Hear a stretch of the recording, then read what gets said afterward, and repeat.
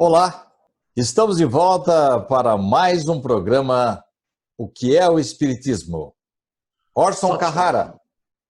Satisfação imensa com essa possibilidade de estar com vocês todos. Nós temos aí um livro extraordinário de Humberto de Campos, denominado Brasil, Coração do Mundo, Pátria do Evangelho.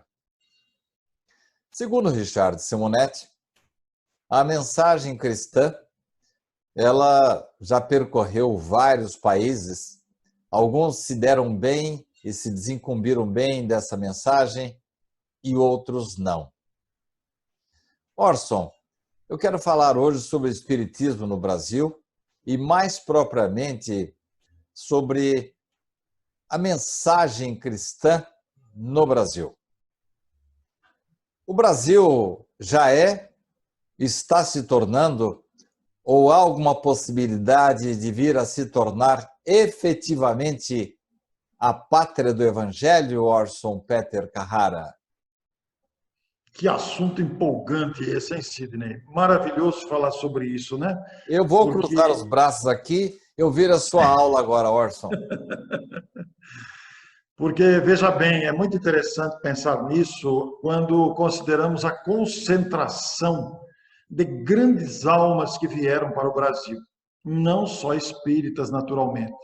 Porque Deus, na sua sabedoria, envia seus benfeitores, espíritos amadurecidos, espíritos preparados, espíritos capacitados para todos os segmentos da sociedade, inclusive os religiosos, é claro.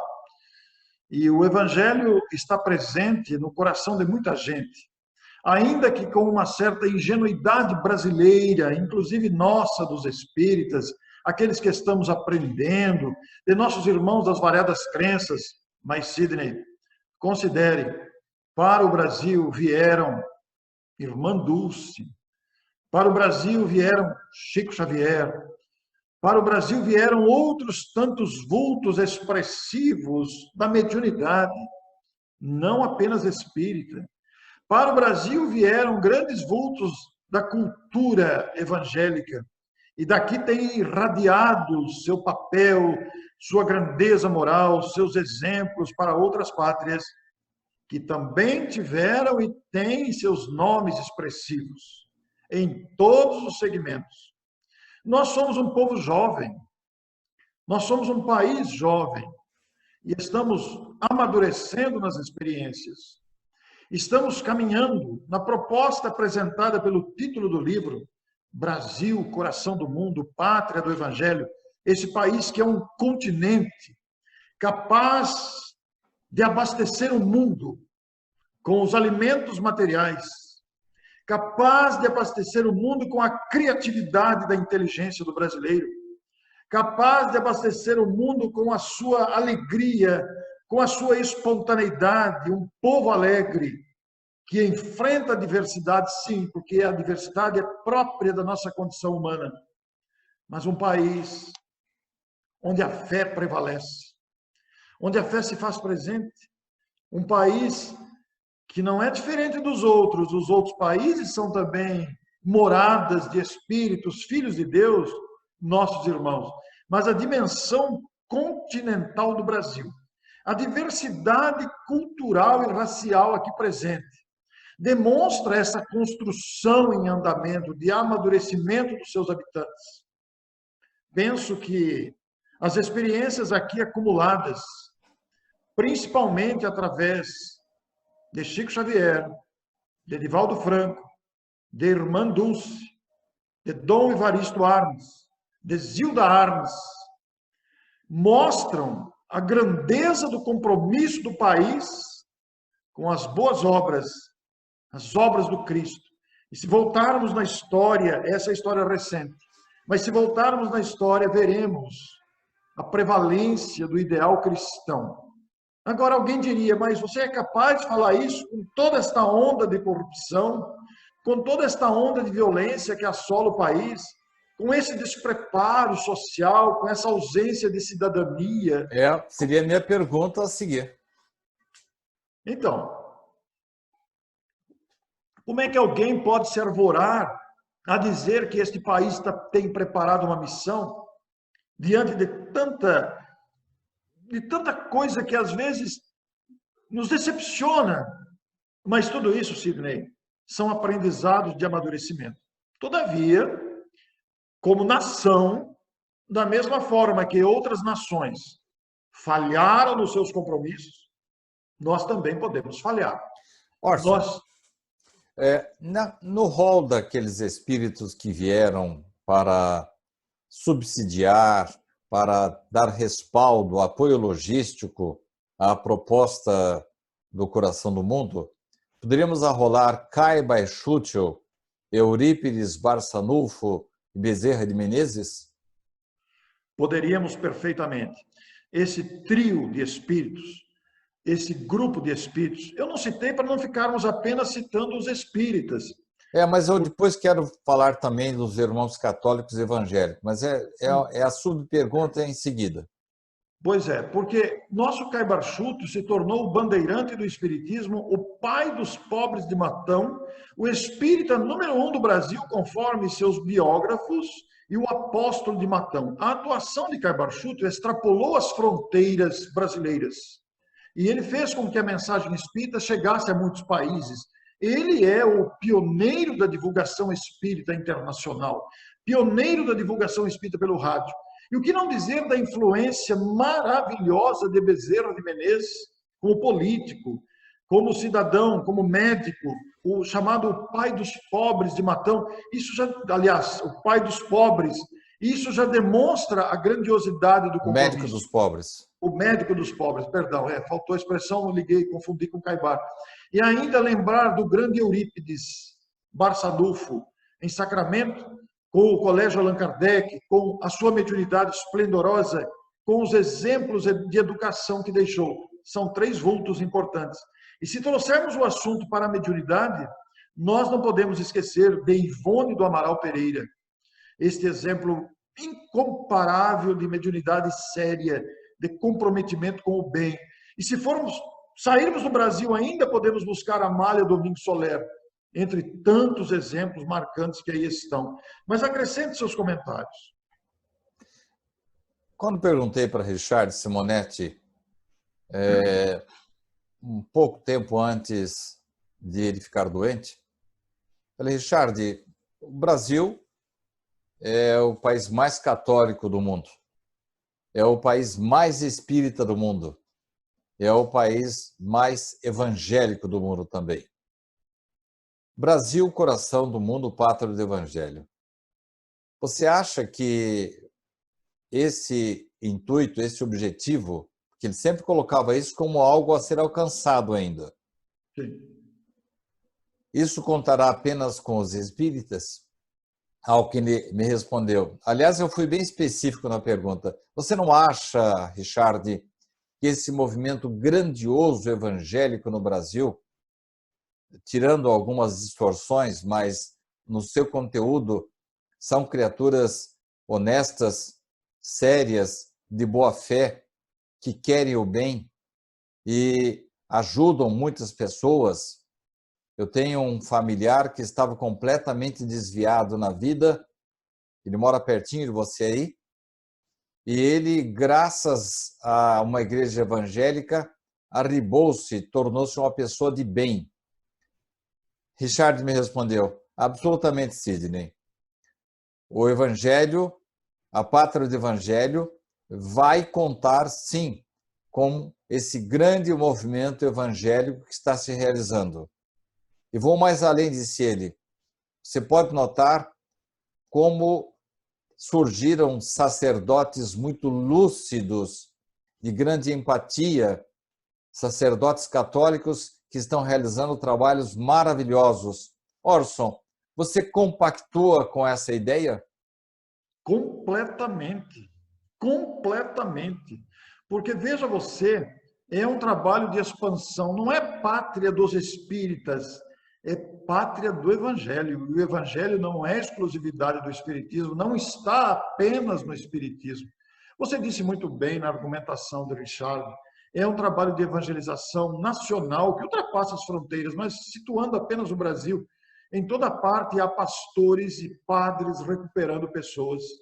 Em toda parte há trabalho social de auxílio aos necessitados da alma e do corpo, em que as igrejas, os líderes dessas igrejas, sejam elas católicas ou protestantes ou evangélicas, atuam com grande competência ao lado dos espíritas que também trabalham nessas áreas todas. Quando eu me lembro, Sidney, da lucidez de Zilda Arnes e do seu irmão, Dom Paulo Evaristo Arnes, meu coração se curva diante da nobreza dessas criaturas, que entregaram de si mesmo em favor dos necessitados na orientação, no atendimento às necessidades materiais. Quando vemos vultos recentes do catolicismo, como você usou a expressão, padres lúcidos na argumentação, padres desprovidos de preconceitos, padres que oferecem o seu conteúdo moral ao lado de pastores também lúcidos, que falam abertamente do amor e convocam a criatura.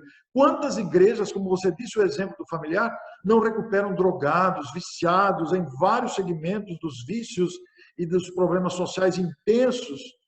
Quantas pessoas não são recuperadas nas igrejas e nos templos de outras crenças? Por isso estamos mesmo, concordo plenamente com o Richard, nós estamos construindo a pátria do Evangelho. É algo a ser alcançado, mas eu penso que nós estamos em pleno caminho. E daqui a pouco, todo esse esforço vai atingir os níveis da corrupção ainda existente naqueles que estão no poder, que se equivocam e atuam no poder para tirar vantagens pessoais. Isso vai acabar, porque vai se criar uma mentalidade amadurecida de bom senso, de discernimento e de compromisso com o bem, porque isso não compactua com o Evangelho. Realmente, Orson, você tocou num ponto nevrálgico. Essa incompatibilidade de comportamento, principalmente daqueles que se deixam se seduzir pelo poder. E nós tivemos um triste exemplo no momento em que o Brasil inteiro, o mundo inteiro estava com as suas atenções voltadas para combater a pandemia de 2019 e 2020, o mundo inteiro preocupado com a doença e no Brasil discutia-se política. E isso demonstra muito egoísmo do homem e um descaso até com a população. Ora, Orson, nós estamos falando aí que estamos nos aproximando dos preparativos para converter a Terra num mundo de regeneração, em que ela vai dar um salto evolutivo na escala dos mundos. Mas que história é essa, Orson?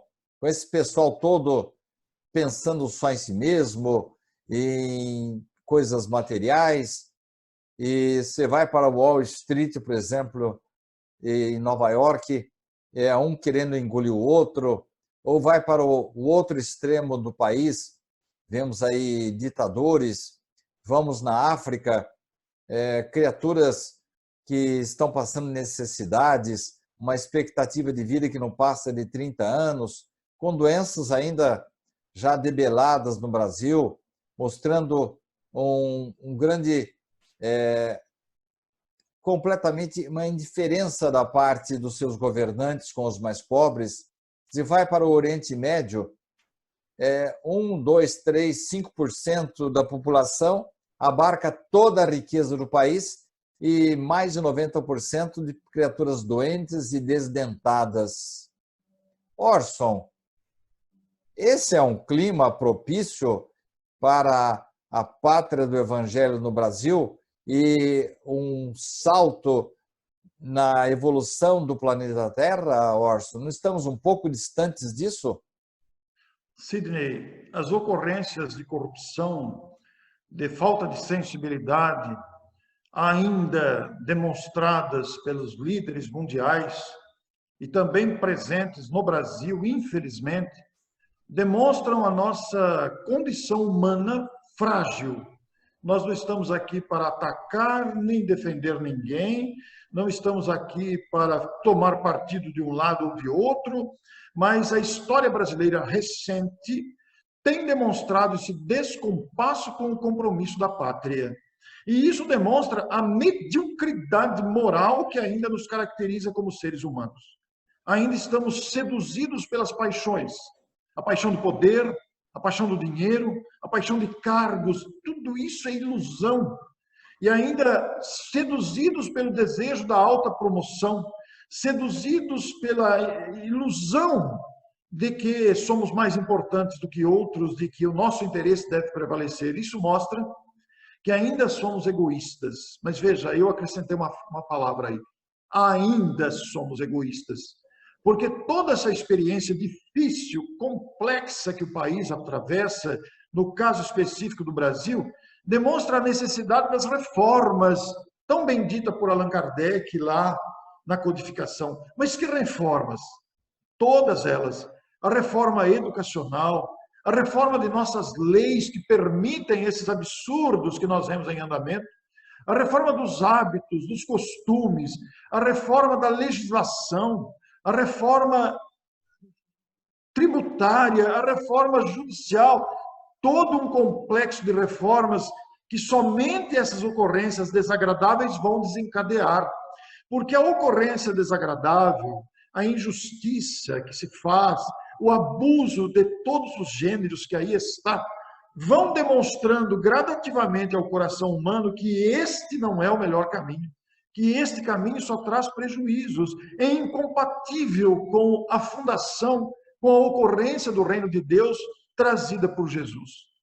Mas, Sidney, é através dessas ocorrências difíceis e complexas, caracterizada pelo egoísmo, pela vaidade, pela arrogância, pela prepotência, como você disse, numa época em que o Brasil enfrentou e o mundo enfrentou uma pandemia, é uma falta de sensibilidade, disputas políticas. O que não pensar do absurdo do fundo partidário? O que não pensar de todas essas questões que assolam o país? Mas isso vai sofrer mudanças gradativas, porque vai amadurecer a consciência humana, a consciência brasileira, para percebermos o que devemos e o que não devemos fazer. Porque não se trata da figura que está na presidência, ou do deputado tal, do político tal. É a condição humana ainda, Sidney. É a condição medíocre da moralidade humana que todos nos situamos.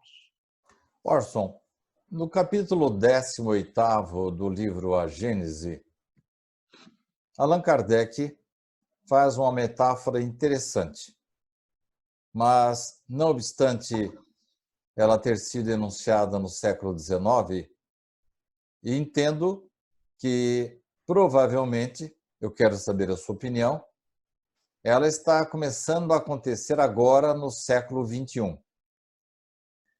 Diz Allan Kardec que quando você tem um batalhão de soldados em que uma grande maioria é indisciplinada e não está cumprindo com seus deveres, que se você gradativamente for substituindo 10 por 10, 20, 30, daqui a pouco teremos a maioria de soldados disciplinados, ordeiros e dispostos a seguir as regras estabelecidas. A minha pergunta é a seguinte, Orson. Essa metáfora, ela precisará ser aplicada ou já está acontecendo com o planeta Terra? Porque nesse cenário dantesco que eu e você traçamos, não há clima para uma ascensão do planeta Terra. E eu tenho a impressão de que os mesmos obstáculos para a implantação do coração do mundo aqui no Brasil, nós esbarramos nos mesmos problemas para que a Terra galgue um novo degrau, para que se torne, enfim, daqui a algumas décadas, em mundo de regeneração. Orson, o expurgo anunciado metaforicamente e depois diretamente mesmo por Allan Kardec, já se iniciou? Já se iniciou e já está ocorrendo gradativamente. É um processo aparentemente imperceptível, mas já está em pleno andamento. Porque ao lado dos abusos de toda ordem, nós vemos já a formação de uma nova consciência. Nós estamos já despertando para essas necessidades. Porque hoje a legislação que conduz a maioria dos projetos, a maioria das questões nacionais, elas são caracterizadas pelo egoísmo, pelo privilégio das classes mais abastadas, permitindo brechas que ocasionam todo esse descaso com as várias questões sociais. Mas nós já vivemos uma plena época de substituição deste exército, dos integrantes do exército, porque ao lado de costumes bárbaros, de costumes perversos, nós já vemos jovens que aí estão trazendo as modificações necessárias, porque é isso que vai trazer, é a nova geração de espíritos mais esclarecidos, de espíritos comprometidos com o bem, que estão fazendo essas modificações. Isso já está em pleno andamento, basta observar a vivacidade das novas gerações e os novos hábitos que estão sendo gradativamente incorporados. Chico Xavier, uma certa ocasião, teria dito que Emmanuel, a partir do ano 2000, estaria já entre nós de volta. Depois vieram mais detalhes, falaram que talvez ele tivesse reencarnado no estado de São Paulo. E depois Richard, puxando a brasinha para o nosso lado, falou que ele teria reencarnado no ano 2000 em Bauru. Bom, diante desses fatos eu não tive dúvida. Era o meu neto que havia reencarnado como Emmanuel. Brincadeira.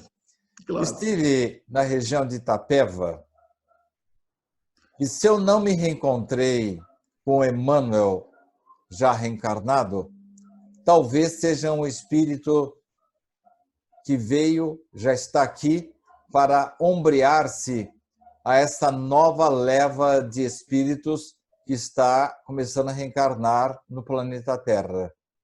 Um jovenzinho que nesse momento está fazendo o seu aperfeiçoamento de estudos em Portugal, mas, Orson, um menino com ideias maravilhosas, com uma facilidade de verbo e um sentimento, assim, uma empatia. Eu fiquei encantado com esse rapaz. Falei, está aqui, provavelmente Emmanuel. As datas não batiam.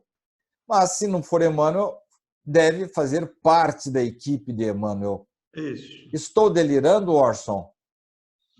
Não, porque realmente a afirmação de Chico, e Divaldo falou recentemente, que nada que saiu da boca do Chico é em verdade, nada que saiu da boca do Chico é tolice ou algo ilusório, que nós vamos compreendendo gradativamente conforme o tempo passa, né? E tem muita lógica, mesmo que o Chico não dissesse, tem muita lógica que o querido Emmanuel reencarnasse para continuar as suas tarefas, até porque ele tem um compromisso muito grande com o Evangelho e muito natural que reencarnasse no Brasil.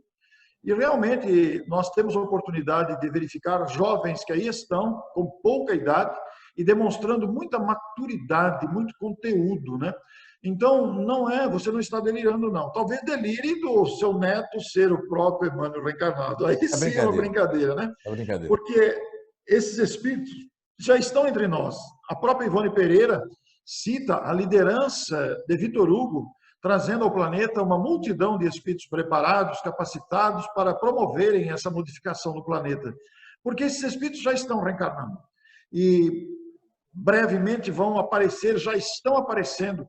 E espíritos da qualidade de Emmanuel, por exemplo, ele não vai conseguir passar desapercebido, porque ele vai se destoar da normalidade do planeta, embora outros companheiros dele estarão com ele aqui. Mas é que brevemente nós teremos muitas surpresas agradáveis pela frente, de ver o desempenho, de ver a performance, de ver as ideias, de ver a facilidade com que esses espíritos espalharão o bem à nossa volta. Você falou no programa anterior que um dos pontos assim importantes que antecederam a conversão, as grandes transformações e a grande obra de Kaiba Schutel foram sonhos. Sim. Eu, particularmente, tenho tido recentemente sonhos assim muito agradáveis que eu não consigo definir, que eu não consigo encontrar ponto de correlação. Ainda ontem, pela terceira vez, sonhei com Richard Simonetti. Esta noite, novamente, com aspectos luminosos assim, que eu não consigo nem identificar. Será, Orson, que a espiritualidade está realmente fazendo um cerco de luzes para, abre aspas, abrasar a Terra? Sidney, todos nós que estamos reencarnados, apesar das nossas fragilidades, carências, das nossas dificuldades e imperfeições morais, todos nós que buscamos, de alguma forma, fazer com que o nosso tempo, a nossa atividade seja voltada para o bem, para o nosso progresso, para auxiliar outras criaturas, fazem com que atraiamos a atenção e o carinho dos benfeitores. Não que aqueles que não estão nesse caminho também não atraiam, porque os benfeitores se interessam por todos aqueles que trabalham no bem. Mas o nosso Richard foi um exemplo de dedicação. A cultura doutrinária de Richard Simonetti, que deixou um legado incomparável, tem beneficiado muita gente, continuará por muito tempo. Vocês dois tiveram uma sintonia excelente, vocês dois trabalharam juntos durante muito tempo, e você continua praticamente esse trabalho do Richard Simonetti com os livros, com o empenho na divulgação, o trabalho de rádio e TV, você abraçou isso.